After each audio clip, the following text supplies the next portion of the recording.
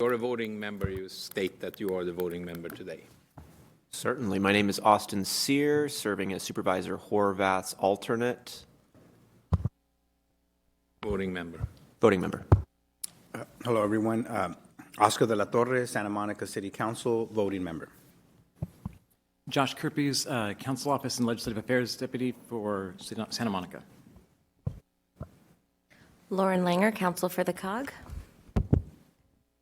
Winnie Fong with the Westside Cities Council of Governments. Cecilia Solano, Westside Cities COG Executive Director. Göran Eriksson, City of Culver City, voting member and chair of this fantastic board. Dan O'Brien, Culver City, council member and alternate member. Dorothy Suchkova, Transportation and Mobility Planning Manager for City of Culver City, non-voting member. Lester Friedman, Mayor of the City of Beverly Hills, voting member. Cindy Owens, Municipal Affairs Program Manager for the City of Beverly Hills. John Heilman, Council Member, West Hollywood, alternate and voting member. Hernan Molina, Governmental Affairs Liaison, City of West Hollywood. Thank you and welcome everyone to Culver City and our council chambers. So let's get going. The first thing we have on the agenda here is action items number 3, which is a couple of action items. So the first one is board meeting notes from last meeting. Anyone has any comments or changes? Otherwise, I entertain a motion to approve. We have a motion from Hellman. Any second? And second from De La Torre. Further discussion?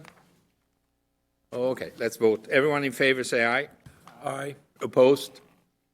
Abstain? Okay, minutes approved. Thank you. That moves us over to 3B, which is the Metro West Side Central Service Council representative. So that's a seat we have, but I'm going to let Cecilia go into the details. I feel like every time we meet, we have a Metro West Side Service Representative position open. So this is like we always do. We have had this position, our current representative, Martha Eros from the City of Beverly Hills. Her term ends June 30th. We put out a call for members, folks who are interested, and Martha has submitted a letter expressing interest in continuing to serve in this capacity. We did not receive any additional letters of interest. We've been soliciting for several months now. So we recommend that the board nominate Martha Eros to continue serving as our representative for a new term which would start July 1st, 2024 and run through June 30th, 2027. That's my report. Okay, thank you, Cecilia. So any discussions, comments? So I get a motion. Do I have a second? And a second. So motion Hellman and second De La Torre. Any further discussion? Okay, let's vote. Everyone in favor, say aye. Aye. Oppose? Abstain? Okay, motion carried. And thank you for volunteering. That moves us over to C, which is Measure M, Multi-Year Sub-Regional Program Funding Allocation. And there, I think we have a presentation from Chelsea Richer, from Fear and Peers. Chelsea, is she here? Or yeah, there she is. Floor is yours. I'm now on? Great.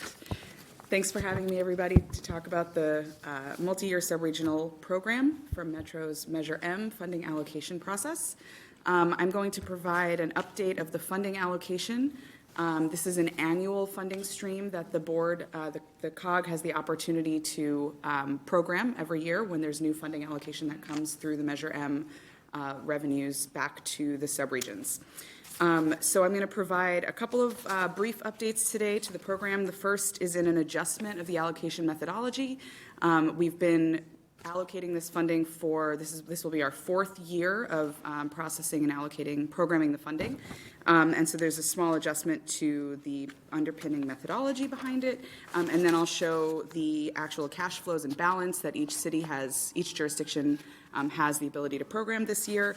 And I will refresh on the project list that has been funded to date with the MSP funding that's come through to the subregion. So if you go to the next slide.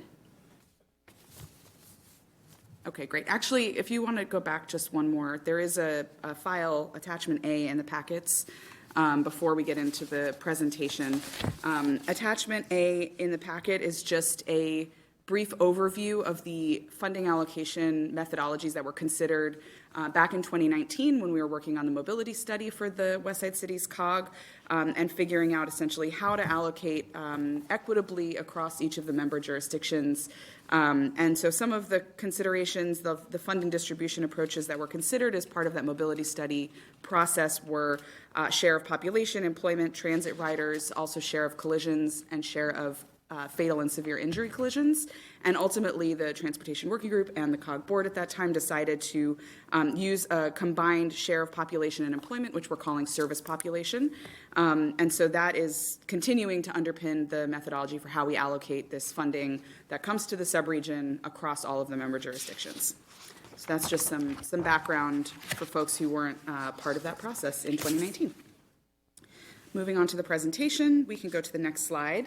So in 2019, when we were working on the mobility study, we used the boundary on the left, which is the COG boundary.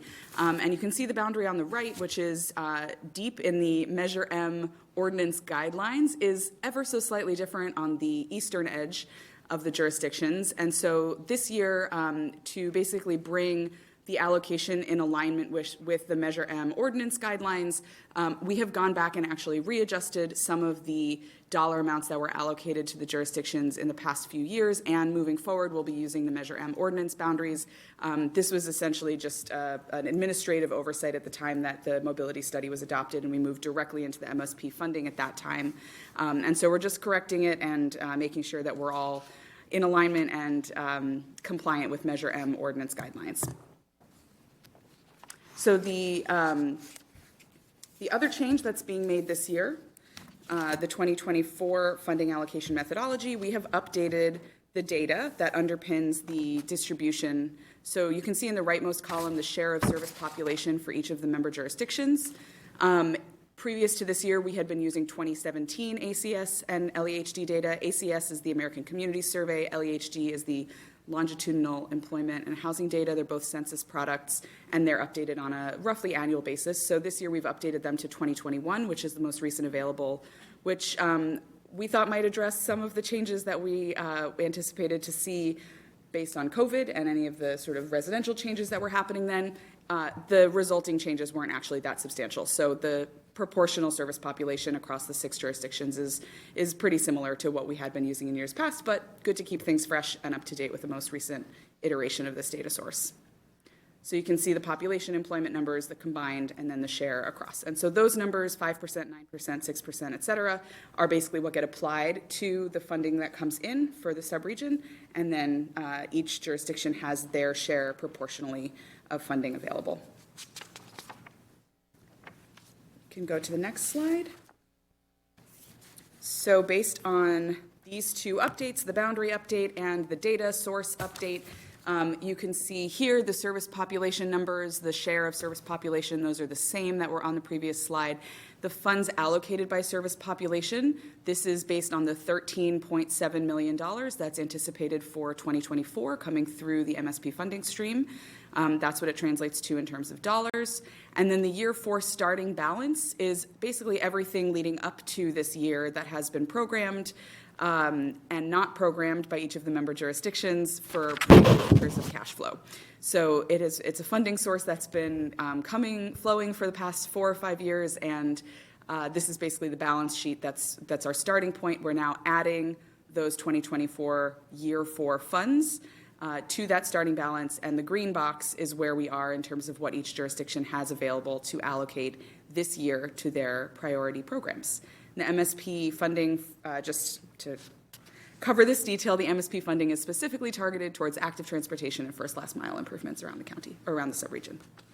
So year 4 programmed will be, we're just getting started with the member jurisdictions to determine how to spend this money, and that will be filled in as we go through the process over the next 3 or 4 months.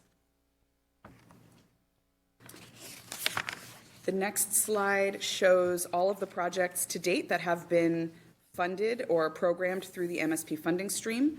This shows some of the updates that were made last year in 2023, including changes to the West Hollywood project, programming to the Fountain Avenue project, and the Sepulveda Corridor Mobility Lane project. Those were new projects added to the list last year.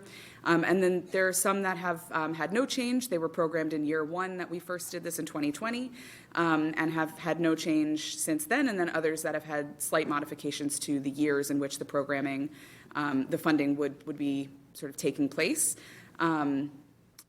And I just wanted to share this so you all have a context for what kinds of improvements this funding stream is going towards. And so we'll be updating this again this year.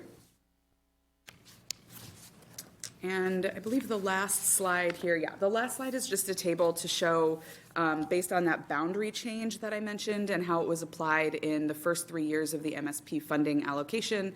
This just shows the net adjustments for each member jurisdiction in case you wanted to get into the weeds on that change. And because we're now 4 years in and we have new funding streams coming through, no one is sort of in the red. It's netting out to still be positive for every jurisdiction where everyone has funding available to spend. It's just a small accounting adjustment. And that is everything on our presentation on this item. Thank you, Chelsea. So, colleagues, any questions? Chelsea? Yeah, Oscar. Yeah, thank you for the report. What are there any funding conditions or reporting requirements based on the allocations? Yeah, the funding conditions, it's available to be spent on a variety of stages in the project funding.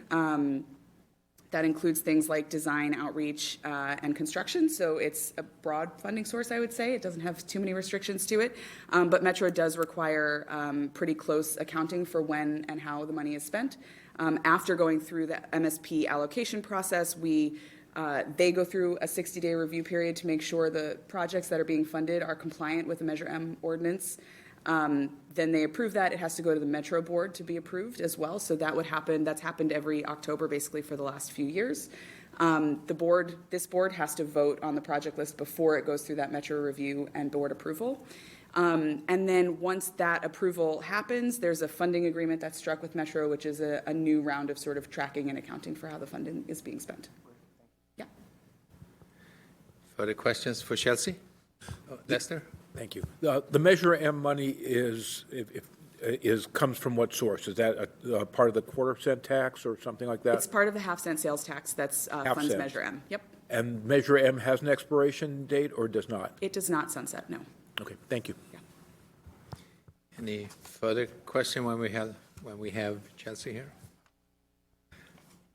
Okay.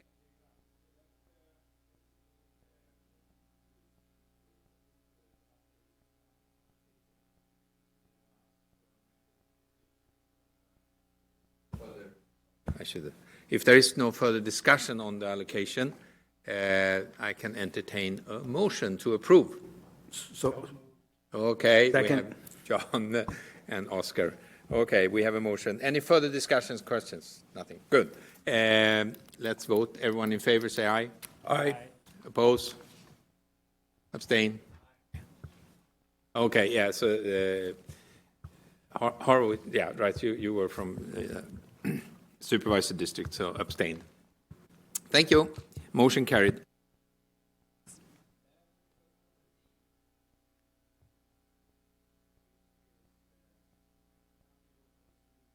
Jesus. County Local Solutions Fund for Homeless Services and Housing Programs.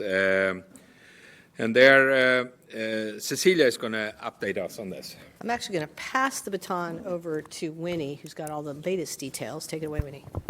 Thank you. Riley, can you help me advance to the next slide? There you go. As you may all recall, in February, our staff presented several options to the board regarding the distribution of the Local Solutions Fund for the upcoming fiscal year 2024-25. The funding allocation for the GOG is based on a point-in-time count. And the PIT count and our funding allocation for our COG increased by 9%, as you can see up on the screen here. We recommended back in February that the COG increase, that the COG maintain the same funding amount for the 4 eligible cities, an amount of $373,125 to each city. And then we propose to allocate the additional 9% of the funding amount of $133,687 toward the COG's Regional Behavioral Health Implementation Plan. Our staff in the past few weeks have worked very closely with your cities to prepare a statement of work, which is attached in the agenda item. Riley, can you advance to the next slide, please? Riley? Next slide, please. Okay, thanks. Oh, wait, one back. Yes, so this is a summary of all of the programs that will be funded. Most of them are a continuation of the funds from the current fiscal year. And this is something that we've been advocating from the Homelessness Working Group to sustain our programs with multi-year funding. Today we are asking the board to approve this recommendation, the funding allocation and the statement of work to include as part of a contract amendment of our existing contract. We also want to note that we also have to amend our current contract to roll over funds from previous years, so we are going to do that today, hopefully. But for this motion for today, it's to approve funding, allocation, and programs for the fiscal year 2024-25. And that's my report. Thank you, Winnie. First, I wonder if there is anyone here who is not aware of what the Regional Behavioral Health Facility Implementation Plan, what the health facility might be, because this is something that was discussed last year on the COG, and we decided to try to do this. So if anyone wants some more detail, Cecilia is ready to give you a little more detail. Okay, hearing nothing. Are there any other questions regarding this, comments? Good, then I can entertain a motion. We have a motion to approve from Oscar De La Torre, and John Heinemann is second. So, any further discussion? Okay, let's vote. Everyone in favor saying aye. Aye. Oppose? Abstain? Okay, we have abstention from the supervisory district. Motion carried. Thank you. Now we are moving over to E. And I hope you have read the report and everything, so we can move on to discussions after a short introduction of Cecilia. So Cecilia, take it away. Thank you. So you may recall in February, we presented the point that we were going to be proposing a new dues schedule for the Westside City COG membership at today's meeting. And the reason, as we noted before, is because we haven't had an increase in dues since 2016. It's been 8 years since you revised that. Prices have increased about 30%. CPI has increased about 30% in that time. So after a discussion with your city staff members as well as the treasurer, we've put together 2 options at the suggestion of staff for you to consider in terms of dealing with dues. Option A would adjust next year's fiscal dues by 15%. So it would total $26,450 per member jurisdiction. We anticipate that, again, prices have increased 30% in the last 6 years. This would only get us to 15%, so we may need to take action in subsequent years. We may be recommending additional increases in dues to cover the cost of operation. Option B would just do it one time. And again, this was staff suggested we put 2 options on the table for you all to discuss. It would be a one-time alignment with the CPI change between 2016 and last year. We also conducted quite a bit of research on what other COGs do. There had been some question about, is there a CPI adjustment? Do other COGs do that? So I don't know if we have the tables. If we can go to the next slide. That's kind of impossible to read there, but it's in your board packet. Yeah, page 36 of your board packet. But we did a survey of other COGs, how they calculate their member dues, whether they have a CPI adjustment, how many cities they have in their COG. There's quite a bit of variation. what is the work program that they have, again, very, very brief, so you can get a sense of comparison. We are not proposing to have an automatic CPI adjustment. That was just something that somebody had asked us to research. Only 2 COGs have that. Anyway, so we think it's pretty interesting information and happy to answer questions about that comparison again. Instead of having it up on the screen and moving past where it might make you dizzy, you might just want to read it in your packet. The last thing I'll note is we also consulted with our treasurer and wanted to make sure that we had sufficient reserves to cover costs. In particular, you may note this, but some of the grants we receive from SCAG and from Metro, they're on a reimbursable basis, and it can take some time to get that reimbursement. So we want to make sure we have sufficient cash flow to continue to pay our consultants like Fear and Peers to continue to work for us, even though it may take Metro or SCAG a few months, frankly, to get us reimbursements. So we consulted with our treasurer, and the treasurer confirmed that we have sufficient reserves to cover those expenditures, assuming our friends at those respective agencies process on a semi-timely basis. So with that, we're here to answer any questions. We've given you 2 options. One is a 15% increase, another is a 30% increase, and we would ask you to consider this in the data that we've provided. That's our report. Thank you, Cecilia. So, questions, comments? It sounds like the 30% will give us more stability over time instead of coming back, for an increase, and it does include the CPI adjustment. I'm looking at,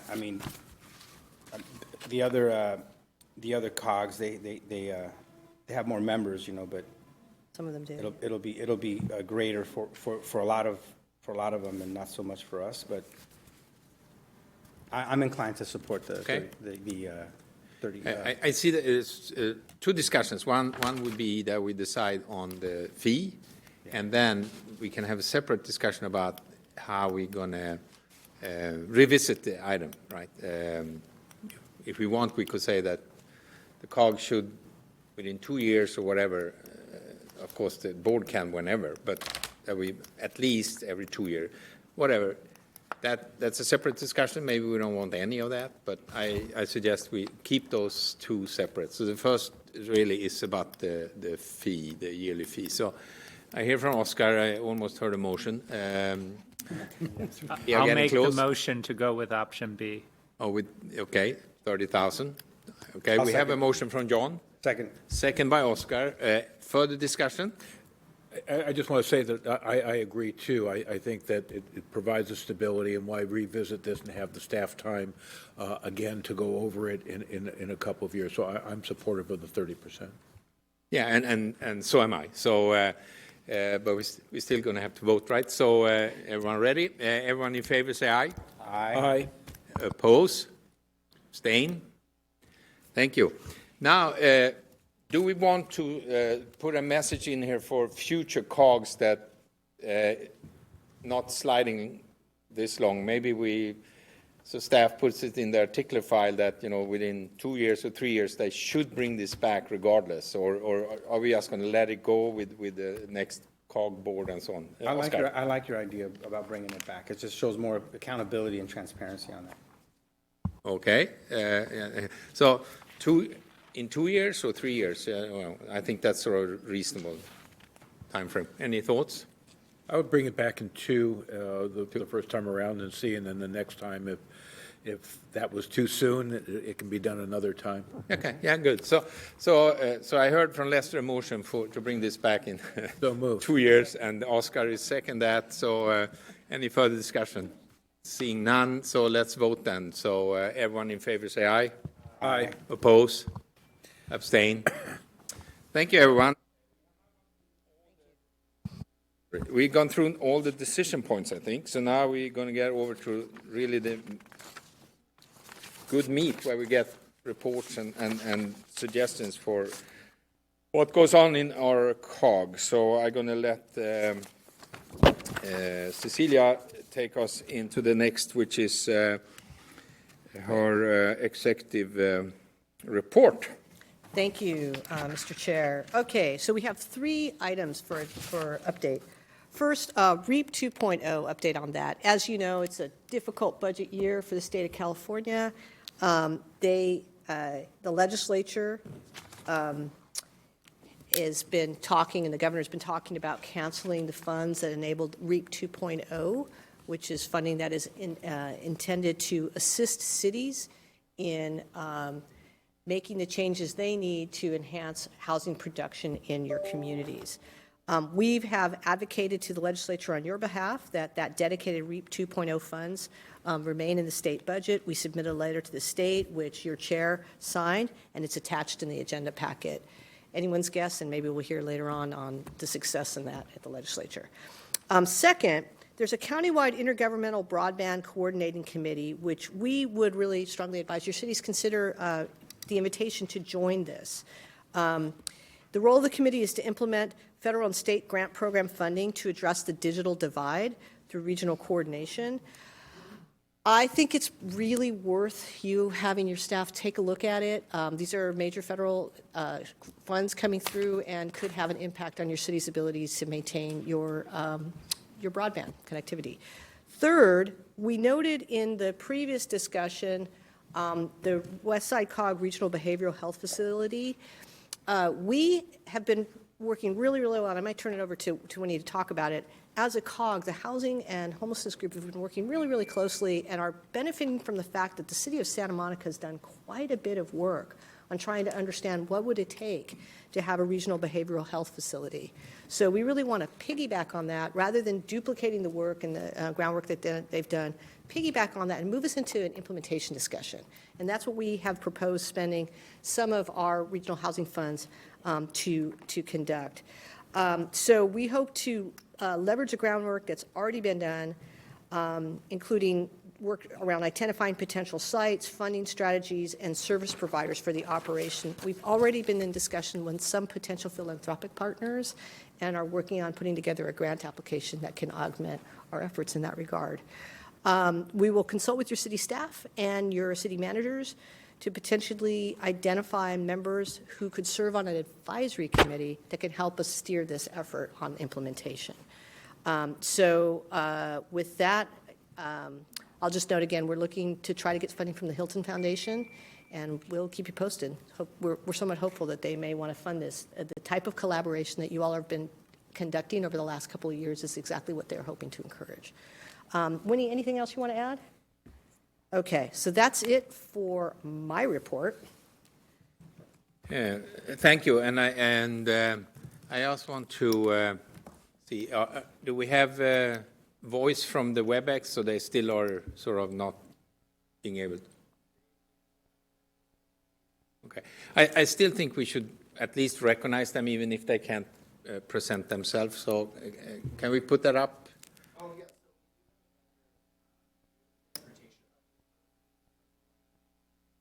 I'm just, normally we recognize our colleagues that are dialing in online, right? And we haven't done that because they couldn't speak, right? So I'm just wondering if we can quickly go through who's online that is a staff or elected official. Oh, and I just wanted to note for the record that we chatted to those people if anyone has public comment to let us know, and we'll find a way to get their comment in. Oh, yeah. Yeah, there is chat available. Yeah. Yeah, we do have a few folks online at the moment.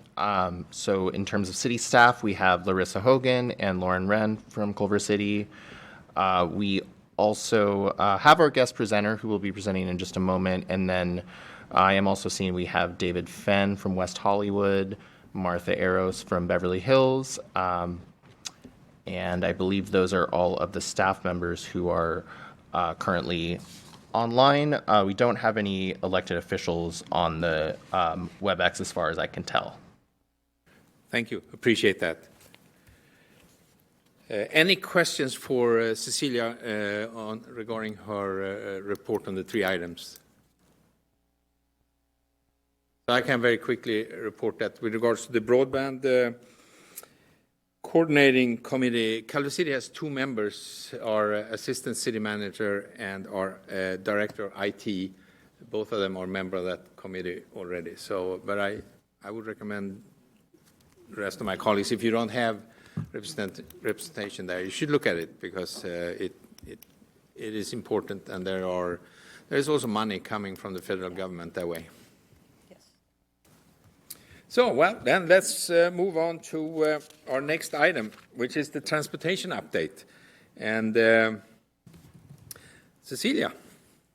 Okay, I'm pitching it to Riley, our transportation specialist. Go ahead, Riley. Thank you, Cecilia and Councilmember Erickson. I will make this very quick. We just have a few transportation updates really in two categories that pertain to our sub-regional efforts to prepare for the next several years. So the first is an update on the LA 2028 Games, the Olympic and Paralympic Games in the summer of 2028.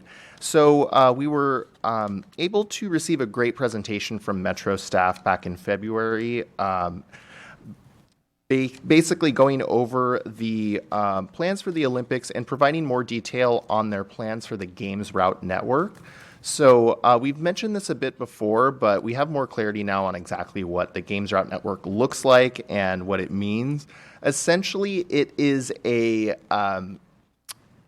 segment of the road network and the freeway network that will allow the game, what they call the Games family, so athletes, media, other officials, organizers of the games, to travel between the venues in a quicker way. So essentially, it'll be games-only lanes on freeways and arterials that will be in place from approximately June 2028 until August 2028.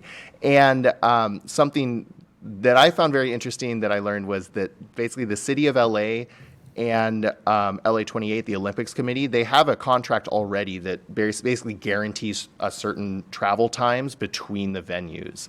So the city is already committed to that. Other cities, such as Culver City and Beverly Hills and West Hollywood and Santa Monica, that maybe along some of those routes, as I understand, have not signed those contracts or committed to that yet. So that's something that will be in progress over the next several years. And essentially, Metro will be refining these corridors, refining these operational plans, and actually implementing some test projects, some pilot projects between 2025 and 2027. And then the Games Route Network itself will be launched in 2028. So that additional detail is really all we have for now, but paints a bit of a picture. And it also explains why Metro is unable at this point to commit to allowing public transit buses, ordinary Metro, Culver City bus, Big Blue buses on the network, because they need to basically plan everything out first and make sure they can fulfill those travel time targets in the Olympic bid agreement. On a related note, Metro did submit a grant application for a US EPA climate grant that would essentially fund some electrification and bus priority infrastructure in the West Side subregion. So we shared this with the Transportation Working Group, and Metro had requested a support letter. We did not receive any objection from our member jurisdictions, so we submitted that support letter. It's included in your packet, along with some background on the grant application. And that's all for the Olympics updates for now. And then moving on to the next item, which is the update on some of the projects we might fund with our MSP, which Chelsea and Dong Yang presented on earlier. Chelsea presented on earlier. Want to give a huge thank you to Chelsea and Dong Yang from Fair and Peers, who also supported us in helping facilitate some additional discussions on bus priority infrastructure, as well as potential grant possibilities, grant opportunities that we could use to supplement some of those funding needs. So we're still working on that with the Transportation Working Group, and we will have more information for you in June. And that's all from me. I know online, hopefully you can hear me. We do have Ari from GPLA. If you could start getting your presentation ready, but for now I'll pass it back to the chair. Thank you. Any questions regarding this transportation presentation? Yes, John. Thank you. One of the thoughts I have is that Metro really needs to look at the marathon that goes through all of our cities, or most of our cities, and it is a major transportation issue, people having to get to Dodger Stadium, and then after the marathon is completed, people trying to get away from Century City where it now ends. And that would be really a good opportunity for Metro to try out some of its plans. I don't know that the Marathon people actually coordinate very well with Metro, and I think that would be something that would be really useful, not only for the region, but for those people who are participating. Thank you. I'm sure staff has taken notes. And Lester. And I know we have a representative from Metro here, and I am extremely interested in making those plans for 2028. So if you could make contact with our staff and we can get something together in terms of a presentation for our city, I would appreciate that. Okay, anyone else? Okay, thank you. Thank you for the presentation. And that moves us over to our online presentation here. And that is from the Global Policy Leadership Academy on the social housing field trip to Vienna. And it's Ari who's going to present, I guess. So welcome.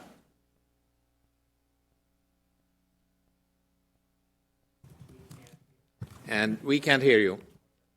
And they're working on here on our side right now. And I just want to note while we're waiting for that to be fixed, this comes at a request of one of our members. We're always very careful about having any presentation scheduled because we hear what you say. We don't want a bunch of presentations, so we're just being responsive to our members on this one.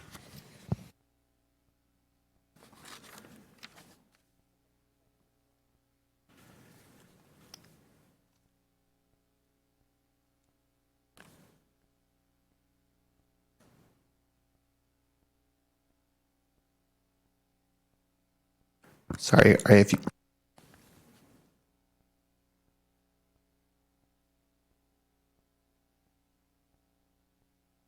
Are we online?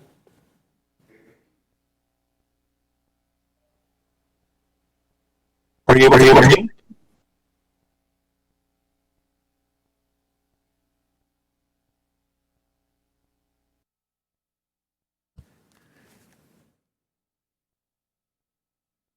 Yeah, we heard you, but there was an echo feedback, so we need to shut some other microphones off in this room. Ari, can you try speaking one more time?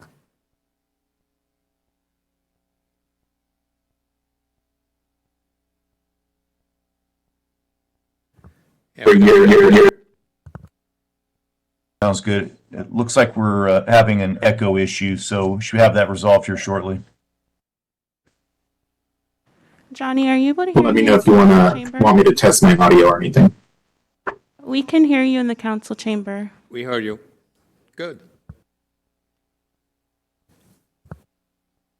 Okay, please go ahead. Okay, all right. Go and try. All right. Can you hear me all right now?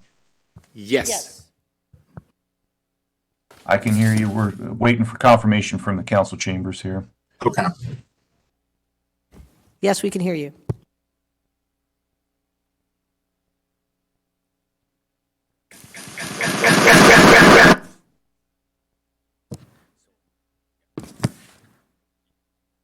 You can. All right. I think I got the go ahead.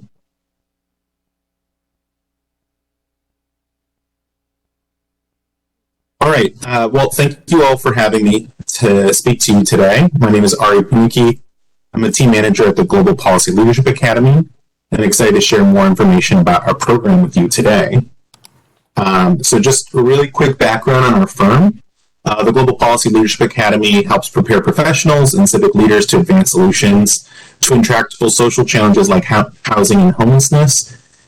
Each course that we conduct is carefully curated to draw on the collective knowledge of the experience participating in our learnings. And what we hope to do is build a culture of collaboration as we prepare leaders to effectively advocate for and accelerate positive change in their communities, the region, and the world. So as it relates to the Vienna Social Housing Field Study, we've developed an exclusive curriculum which includes daily lectures, symposia, gatherings, exhibits, field trips, and discussion on topics that include the role of government in planning and funding social housing, the economics of the Vienna social housing model, including comparing rents and incomes served between the U.S. and the Vienna model.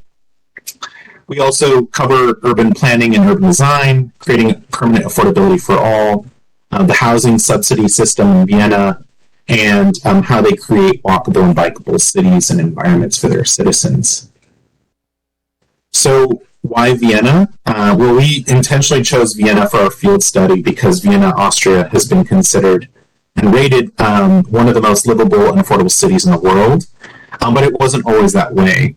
100 years ago, Vienna had a housing crisis of its own that's very reminiscent of our own. At the time, their housing issues left more than 30,000 residents unhoused and many others living in squalid conditions. But today, Vienna has been able to turn that around and now has the lowest housing costs of any major European city, with the majority of its residents living in high quality and environmentally sustainable, permanently affordable housing.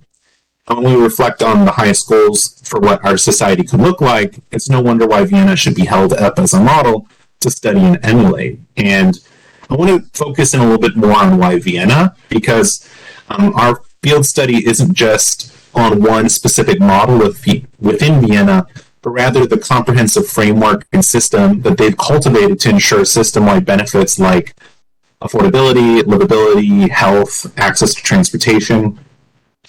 And Vienna's comprehensive system works together in an integrated way where public funding and policies encourage this type of broad intersectional ecosystem to provide full wraparound approach to housing that is very people-centered.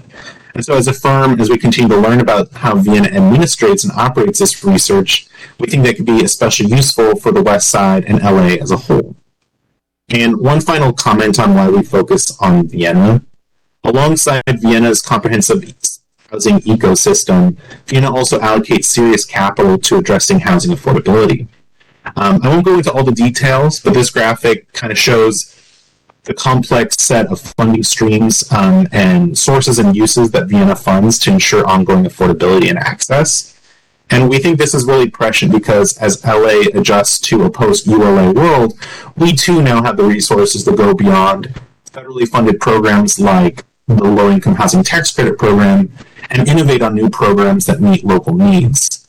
And so as we explore Vienna's approach, we can hopefully provide vital context and advice as we build out our own programs and services in light of our new funding resources.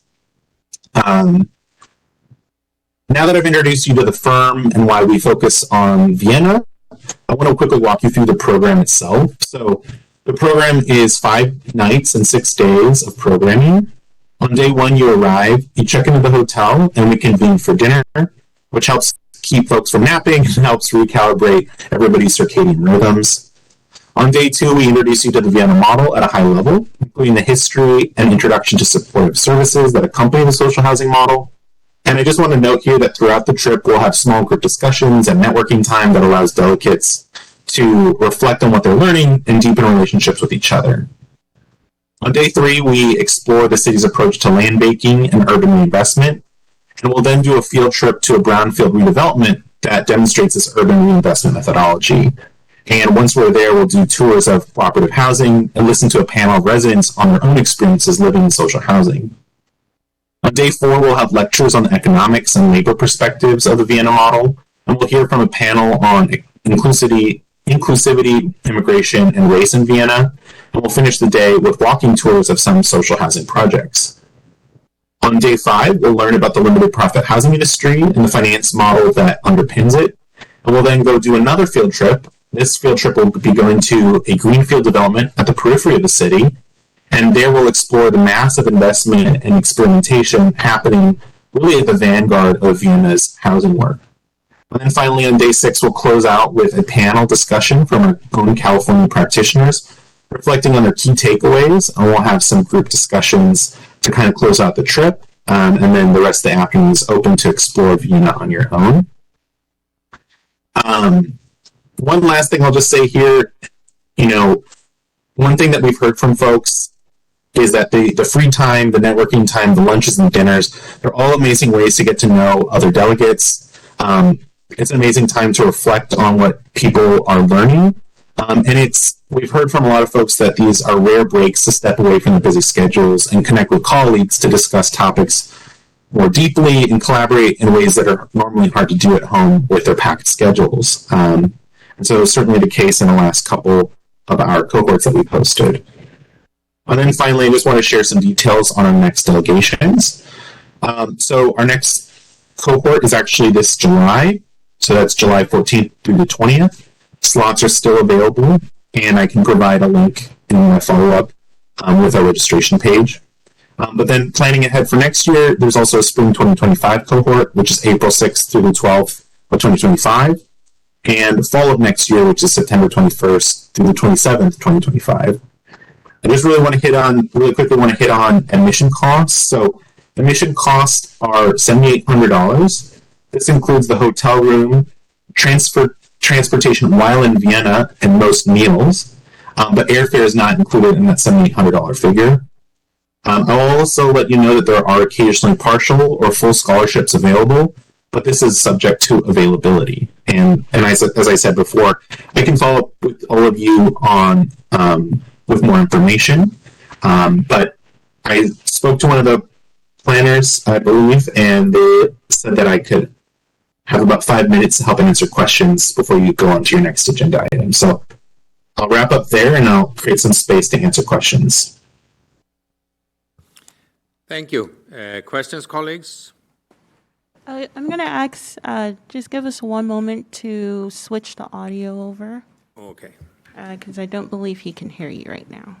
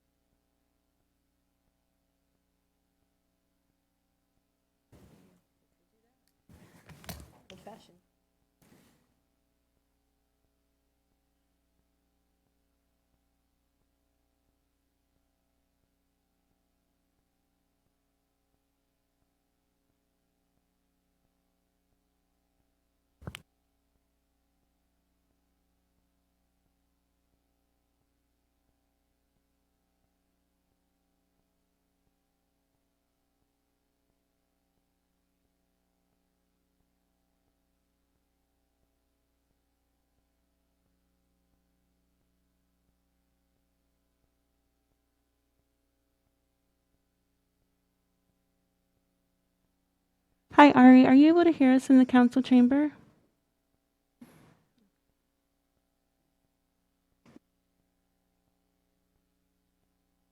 Okay, so you can go ahead and pose your questions, and then I'll switch the audio over once he's ready to respond. So I'm not sure if you want to pose your questions one at a time or all together. Yeah, we take one at a time. Yeah. How long does it take you to switch over? It should be 30 seconds. just, I'll say 15 seconds. Oh, good, yeah. Anyhow, questions, colleagues? I have a question. Oscar? Should we wait? Oh, we're ready. Okay. What is the criteria for the scholarships? And who do we apply to, and when is the deadline for the, let's say if I was interested in the July session? Okay. Yeah, we are switching over the sound now, so hold on. Yeah. Okay, Ari, Yeah. you can go ahead and speak. Well, if you can hear me now, so that's a great question. Scholarships are, I think, prioritized based on need. And so, like I mentioned, there's full scholarships and partial scholarships, but it is subject to availability. The registration window for this July trip, I believe, ends on April 30th. So getting those registrations in is really important for securing your spot on the July trip this year. Hopefully that helped answers your question.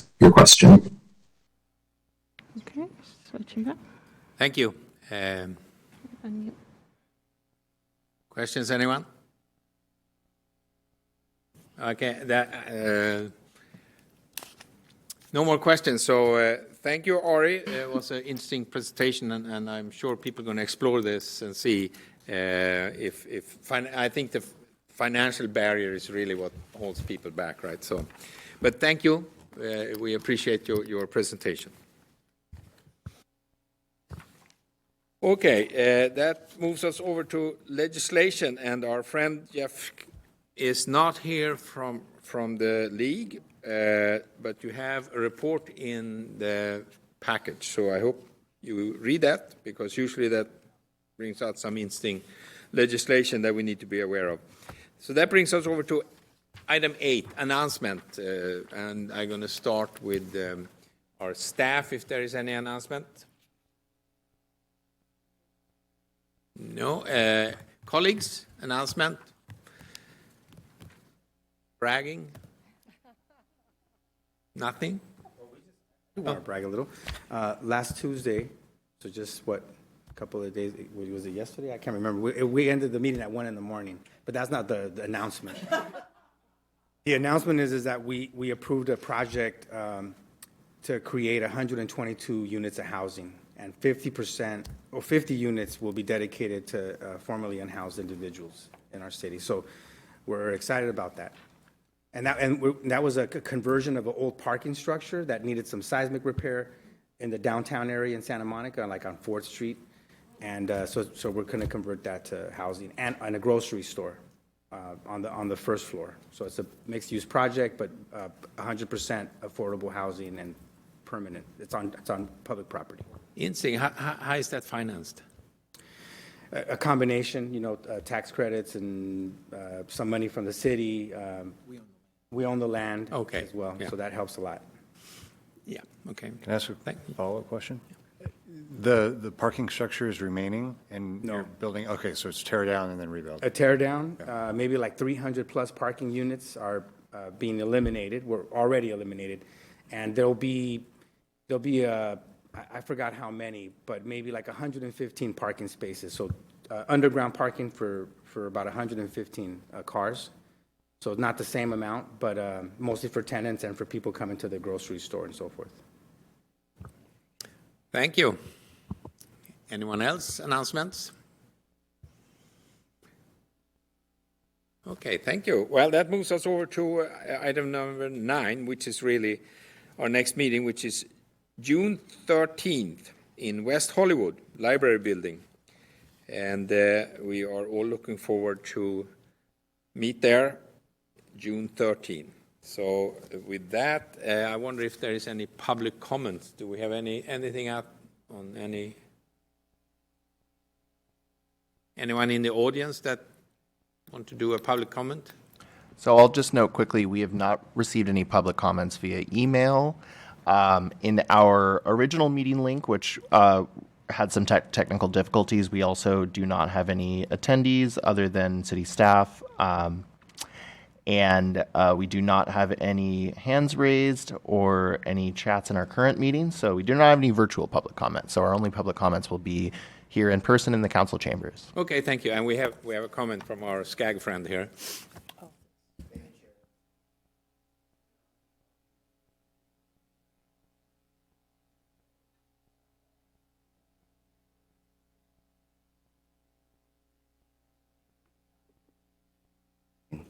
Gotcha. Wonderful. Thank you. Eric Rodriguez, LA County Government Affairs Officer for SCAG.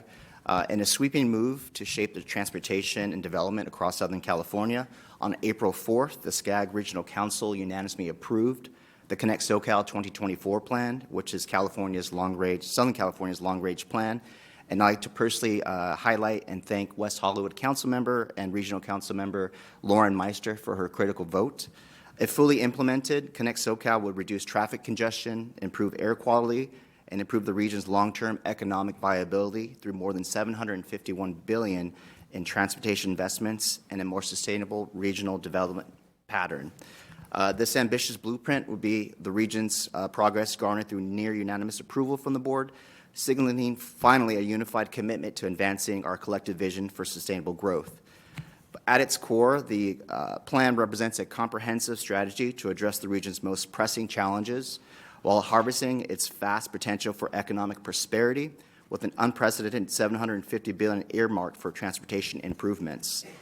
The plan outlines a bold agenda encompassing everything from transit enhancements to infrastructure modernization, from the Inglewood Transit Connector to critical investments along the 710 corridor, and the plan promises to address various challenges while investing in the community and providing a more holistic approach to regional development. Secondly, I know Cecilia, the Executive Director, provided a REAP update, but I have a little bit more information on that. Last week, the state did reduce the deficit.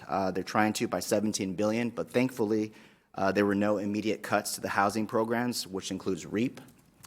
This past Tuesday, in the Assembly Budget Subcommittee 5, our Executive Director, Komi Ajizi, did speak on behalf of REAP fundings. He mentioned that they were essentially obligated already based on some of the steps that the Metropolitan Planning Organization here in Southern California and throughout the state that have already been taken access to. So those funds have already been allocated, and we're trying to maintain those because I know a lot of those grants and contracts are on hold for now, so we'll provide more information. And in Lightview, the board chair, Sharon Quicksilver from the San Gabriel Valley, she took exception to that, and she supports the REAP funding, so that's a good sign. So we understood that about 15 of her colleagues throughout Southern California are also signing a letter to the governor trying to prevent this REAP funding and make sure that we have full funding of the $600 million. And he also highlighted, Komi Ajizi, how REAP is essential to achieving the state's climate and housing objectives. And to point to Santa Monica, we appreciate that and some of the housing that you're doing, so we're trying to bring those fundings back. And we also like to thank your board here, Chair Erickson, Executive Director Cecilia, and Winnie for your spearheading some of the letters that we submitted to SCAG. So we appreciate your signature on that REAP funding, urging full support. And if we need to get some more funding, we will be sure to come back to you. So with that, I can address any questions you may have. Thank you, Eric. Anyone has questions for? Oh, yeah. Thank you for that, Councilman De La Torre. If you haven't seen already, we have a nice colorful, so you wouldn't miss it on your desk. May 2nd and May 3rd in the lovely Palm Desert, we're having our annual SCAG Regional Conference and General Assembly. As city council members, you are all invited and free to attend. We also have reduced room and board, so please reach out to me if you have any questions. We'd love to see you, and I know some of you have attended in the past. It will be probably 100 degrees, so it'll be a nice change from what we have now, but we'd love to see you again May 2nd and 3rd at the JW Marriott in Palm Desert. You'll have about 1,000 of your closest colleagues there, and we have a great agenda for you and great food as well. Well, thank you. Appreciate that. So with that, any further comments from the public? Seeing none, I can now entertain a motion to adjourn. We have a motion from John and a second from Oscar. Everyone in favor? We are adjourned, really. Yeah. We don't need to 2 vote on minutes that one. early.